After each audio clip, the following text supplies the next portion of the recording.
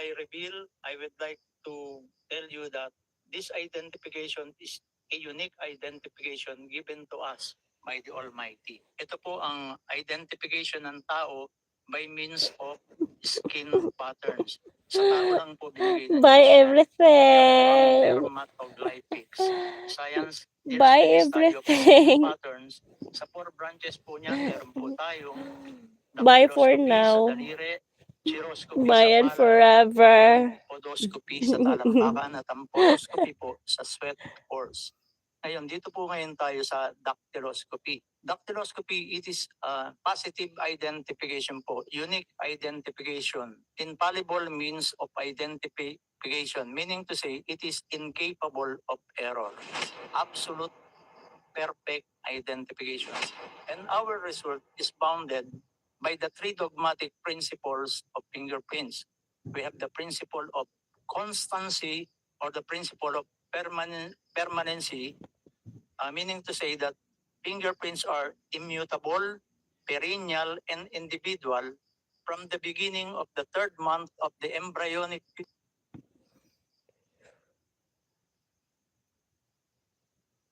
Wow, you're rude. You're rude.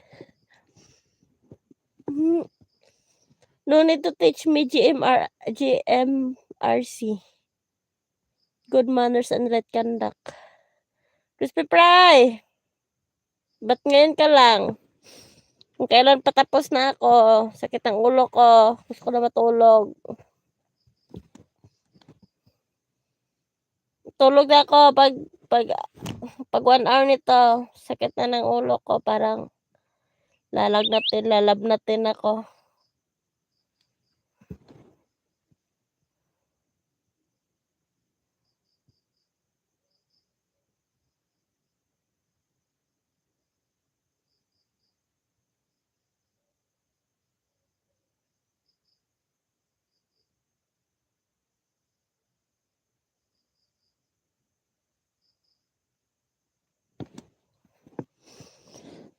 Good night!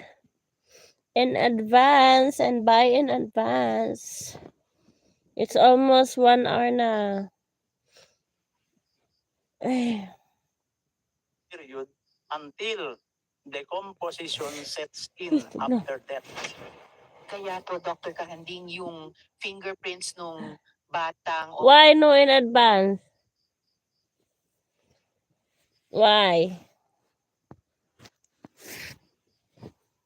minor de edad na Guo Huaping dun sa application para sa Special Investors Resident Visa nung kanyang ina ay kaya niyong ikumpara dun sa adult fingerprints Opo. nung Alice Leal Guo. Opo. Okay po. Kasi hindi po siya magbabago from mula nung pinanganak po tayo hanggang ngayon. Size lang po ang magbabago. Wala pong pagbabago yon. We have also the principle of variation, meaning to say that no 2 prints of different person nor the neighboring fingers of the same person has ever been found to be identical in all respects. Billion po ang tao sa mundo, wala po tayong magkatulad na fingerprints, even identical twins, triplets, quadruplets, quintuplets, o kahit ilan pa pong bata ang sabay-sabay pinanganak, wala pa rin pong magkakatulad na fingerprints. Kahit isang tao po, sa 10 daliri mo, wala pa rin pong magkakatulad dyan. Kaya yan po ang unique identification natin. And we have also the principle of infallibility, means that man's fingerprint cannot be forged. You can alter your signature, your handwriting, you can forge your handwriting, but you cannot forge your fingerprint.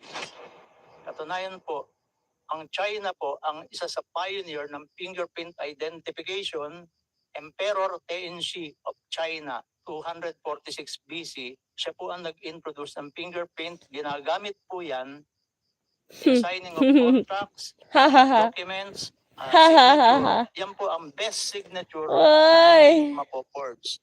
Okay.